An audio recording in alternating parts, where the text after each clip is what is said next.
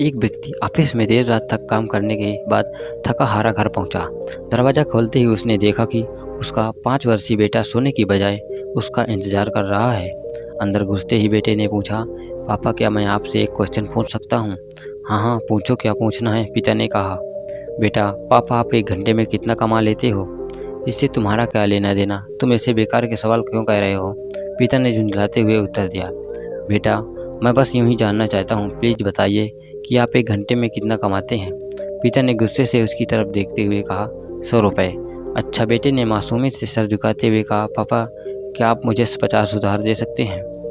इतना सुनते ही वह व्यक्ति आग बबूला हो उठा। तो तुम इसलिए फालतू का सवाल कर रहे थे ताकि मुझसे पैसे लेकर तुम कोई बेकार का खिलौना या ऊट पटांग चीज़ खरीद सको? चुपचाप अपने कमरे में जाओ और सो जाओ। सोचो तुम कितने सेल्फिश हो।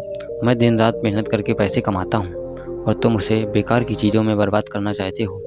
ये सुन बेटे की आंखों में आंसू आ गए और वह अपने कमरे में चला गया।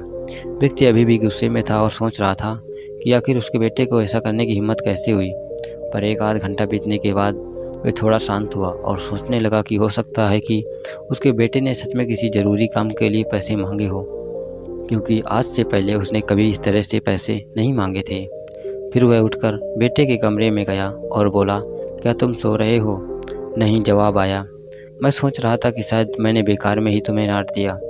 दरअसल दिन भर के काम से बहुत थक गया था मैं। व्यक्ति ने कहा, आई एम सॉरी, ये लो अपने 50 रुपये। ऐसा कहते हुए उसने अपने बेटे के हाथ में 50 की नोट रख दी। थैंक यू पापा, बेटा खुशी से पैसे लेते हुए कहा। और फिर वह तेज़ी से उठकर अपनी अलमारी की तरफ गया। वहाँ से उसने ढेर सारे सिक्के निकाले और धीरे धीरे उन्हें गिनने लगा। ये देख व्यक्ति फिर से क्रोधित होने लगा। जब तुम्हारे पास पहले से ही पैसे थे तो तुमने मुझसे और पैसे क्यों मांगे? क्योंकि मेरे पास पैसे कम थे पर अब पूरे हैं, बेटे ने कहा। पापा, अब मेरे पास 100 रुपये हैं। क्या मैं आपका 1 घंटा खरीद सकता हूँ? प्लीज़ आप ये पैसे ले लीजिए और कल घर जल्दी आ जाइए। मैं आपके साथ बैठकर खाना खाना चाहता हूँ। दोस्तों, इस तेज़ रफ्तार की दुनिया में हम कई बार खुद को इतना बिजी कर लेते हैं कि उन लोगों के लिए समय नहीं निकाल पाते जो हमारे जीवन में सबसे ज़्यादा इम्पोर्टेंस रखते हैं। इसलिए हमें ध्यान रखना होगा कि इस आपाधापी में भी हम अपने माँ बाप, जीवन साथी, बच्चों और भिन्न मित्रों के लिए समय निकालें, वरना एक दिन हमें भी एहसास होगा कि हमने छोटी मोटी चीज़ें पाने के लिए बहुत कुछ बड़ा खो दिया है। दोस्तों, हमारी कहानी अच्छी लगी हो तो सब्सक्राइब कर लीजिए। Good bye.